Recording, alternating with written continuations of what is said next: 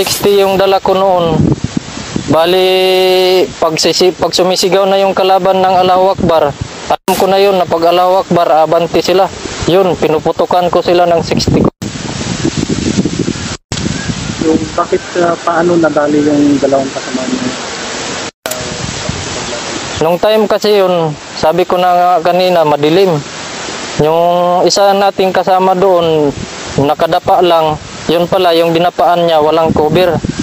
Nung pagsigaw ng kalaban na papatayin namin kayong lahat, sumigaw din siya na papatayin din namin kayong lahat. Pag-reply na niya ng sigaw, doon binuhos sa kanya yung volume of fire ng kalaban.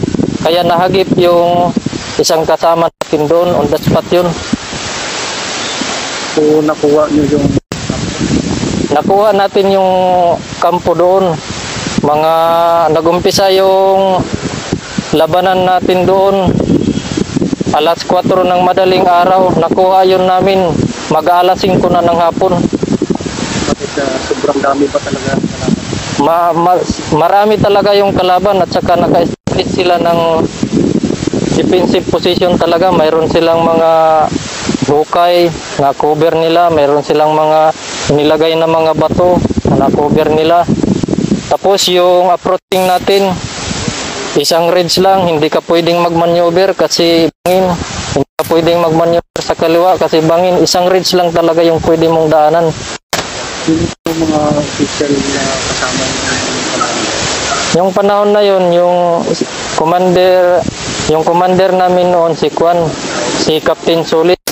At saka yung isa pang opisyal na kasama namin, si Lieutenant... Sino-sino yung mga opisyal na nandun at nagdala sa inyo ng time? Bali yung time na yun, yung CO namin noon, si Captain Solis. Tapos yung XO namin, si Captain Barilla. At saka yung platoon leader namin, si Lieutenant Tibis.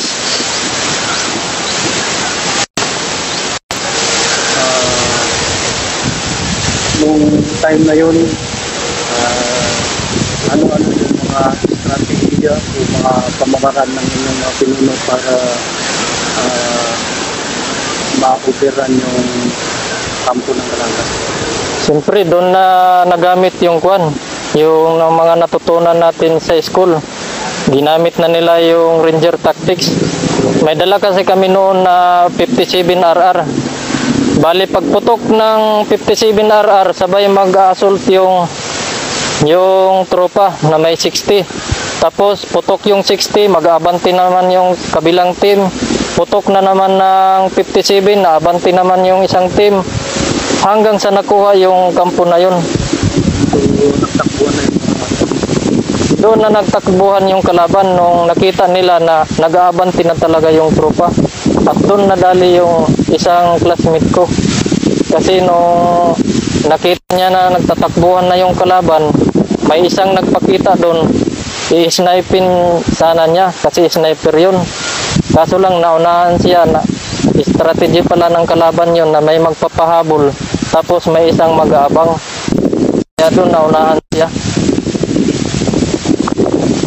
Maliban sa dalawang kasama nyo na namatay sa pagkaratang yun, may mga iba pa kayong mga kasama na nasulatan? Mayroon pa, si Sergeant Sotelo.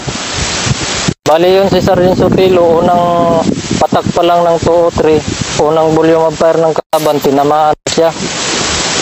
Tapos nung tinawag na sa high red quarters na mayroon kaming wounded na medyo medyo major ang tama niya at kailangang maibak ka agad. Kaya yun, nagpadala yung under kasi kami noon ng Marines. Nagpadala yung Marines ng isang platoon yata yun para magkuha doon sa wounded. Kasi galing doon sa kampo ng Marines, malapit lang. Pwede lang, mga walking distance, pwede makakaabot na sila.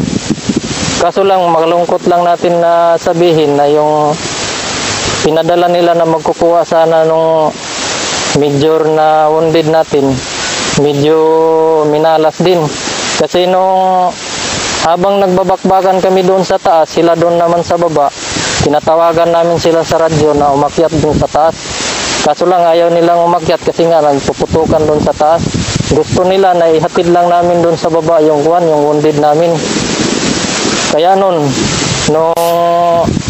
nag-attempt kami na bumaba doon sa location nila, bigla man silang nagputukan doon. Tapos nung tinatawagan namin sila sa radyo, tinatanong nila yung location namin, sinabi namin dito kami sa may puno ng kawayan. Nagtaka na lang kami na bakit pinuputukan kami. Yun pala, yung pumuputok sa amin, kalaban na pala yun. Kasi yung mga kasamahan pala natin na Marines doon sa baba, narekuberan na pala ng radyo ng kalaban. At saka pinagkukuha na pala yung mga baril nila, na-recover na rin. Kaya yun, nagdesisyon kami na wag na lang ibaba yung wounded namin. Bumalik kami doon sa taas at hinintay namin na makakuha namin yung kampo saka i-evac yung wounded namin. Hindi nyo ba naisip na malulos vlog yung kasama nyo kung sakali magtatagal na Yun na nga ang kinakatakot namin kasi medyo malala yung tama niya dito sa dibdib. Pinakatakot namin na baka malos blood na siya. Pero tinitingnan din namin yung sugat niya. True and true kasi yun. Hindi naman siya gaano nagbi-bleeding. Ang problema lang doon kasi yung dugo niya doon lang sa loob. Namamaga na yung tiyan niya. At nagrereklamo na siya na makirot daw yung sugat niya. Kaya yun, medyo binibilisan na ng CO namin na makuha kaagad yung kampo ng kalaban para may evac na yung wounded namin. Kaya nung mag-alas 5 ng hapon, mag-alas 5 na yun, doon pa nakuha yung kampo.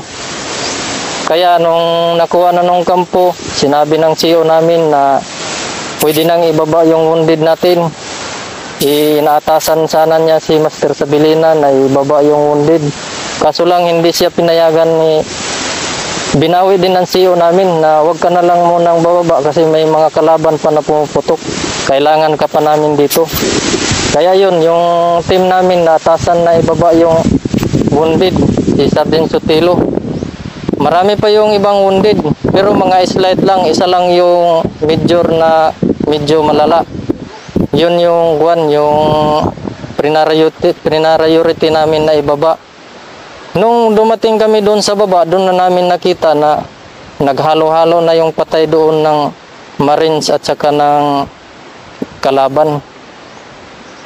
Hanggang doon ako nakakita ng ng patay na isang 6x. Pinagpatong-patong na lang doon.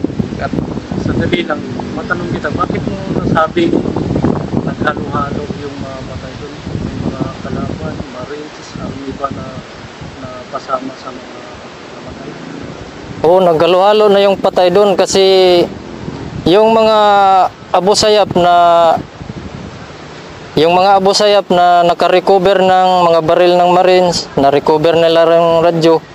May yun pala, hindi namin alam na may isa pa palang tropa natin sa Sukhum na magre-reinforce pala. Kaya yun, naabutan nila yung yung mga Abu Sayyaf doon na tigdadalawang baril na kasi nakakuha sila ng baril ng Marines. Yung mga radyo na sila. Malas lang nila kasi naabutan sila ng isang tropa natin ng Sukhum. Kaya doon, medyo nakabawi din.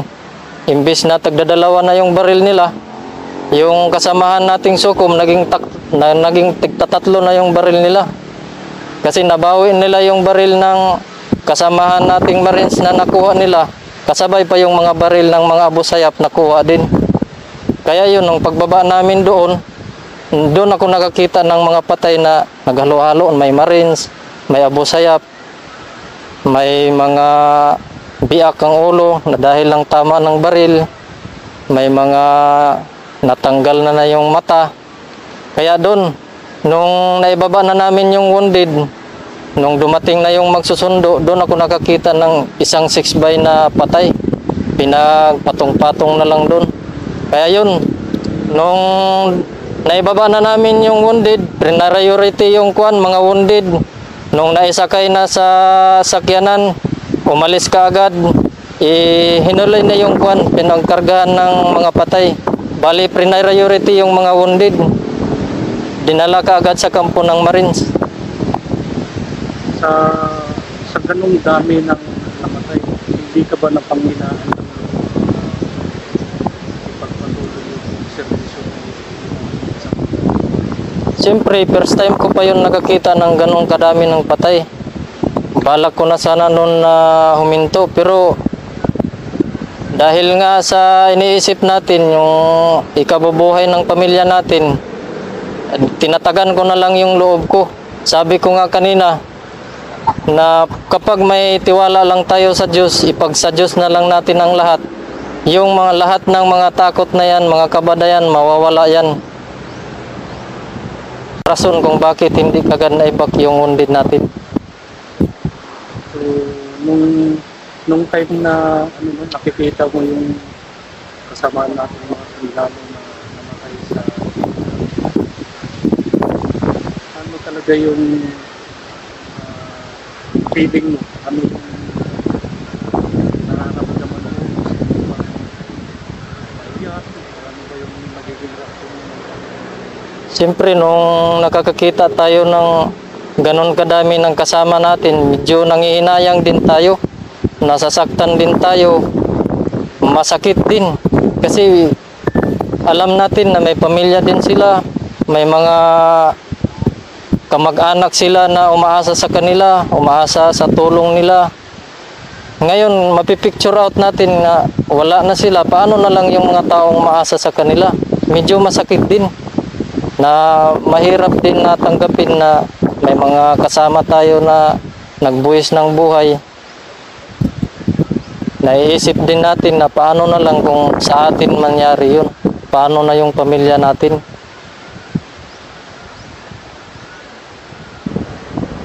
Bakit mo rin naisipan na pumasok bilang isang sundalo sa kabila ng kaliwata ng kaguluhang nagaganap sa iba't ibang dako ng bansa natin, partikular na sa lugar ng Bali, pinili ko talagang maging isang sundalo kasi nung maliit pa ko, idol ko na talaga yung pag may nakikita ko sa TV na naka-uniform sundalo, kaya idol na idol ko yung magiging sundalo.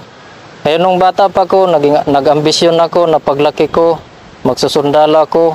Hanggang sa nag-aral ako ng high school, pag tinatanong ako ng guro ko nga ano yung gusto mong maging paglaki mo, ang sagot ko kagad niyan, gusto kong maging sundalo. Kaya ngayon, medyo mapalad nga, naging sundalo ako, na naabot ko yung pangarap ko na maging isang sundalo. Hindi lang basta isang sundalo, Scout Ranger pa, the most elite soldier.